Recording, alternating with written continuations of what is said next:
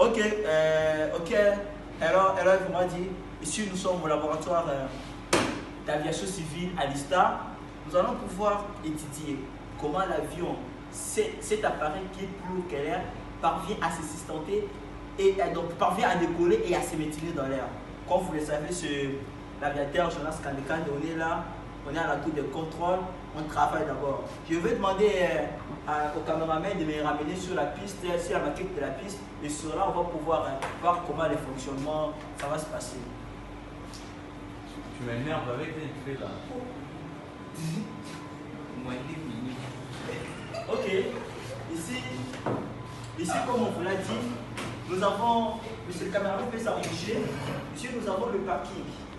Nous avons le parking, c'est dans le parking où les avions se placent. Alors, ici, nous avons la piste. Nous avons une piste pour notre aéroport ici. Qu'est-ce qui va se passer? Parce que cet avion, il est plus haut que l'air. Mais comment il parvient à se placer là-bas en l'air? Alors, c'est ce qu'on va vous expliquer aujourd'hui.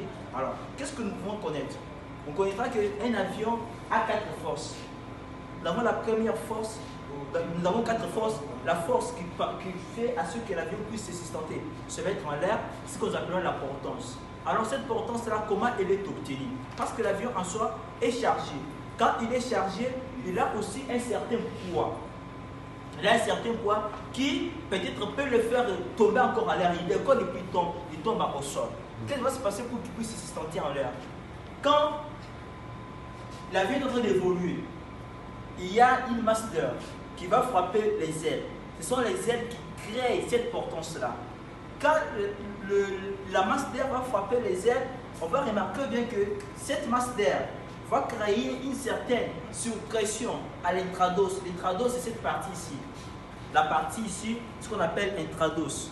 Quand cette masse d'air va venir, ça va frapper ici. Quand ça frappe, ça crée ici une extrados. Et quand ça crée une suppression à l'intrados, qu'est-ce qui va se passer? C'est comme si prendre un papier, souffler un peu de l'air. Donc c'est un mouvement de soufflage. Et puis au niveau de l'extrados, ça va créer une dépression. La dépression qui fera, c'est que, donc c'est comme si on aspire. C'est comme si on aspire de l'air. Quand on aspire, on cherche à faire monter ça. Et le poids aussi va dire, oh, je ne peux pas me laisser, je risque de faire tomber l'avion. C'est pourquoi au décollage, cette force qui est vers le haut doit être supérieure à la force qui est vers le bas. Bien que dans d'autres domaines, on dit que c'est égal, mais normalement, ça doit être supérieur pour que cet avion puisse se sustenter. Alors, lorsque l'avion, là, il a déjà décollé. Mais pour qu'il évolue, il y a une force qui doit l'amener vers l'avant. Ce qu'on appelle en aviation la poussée.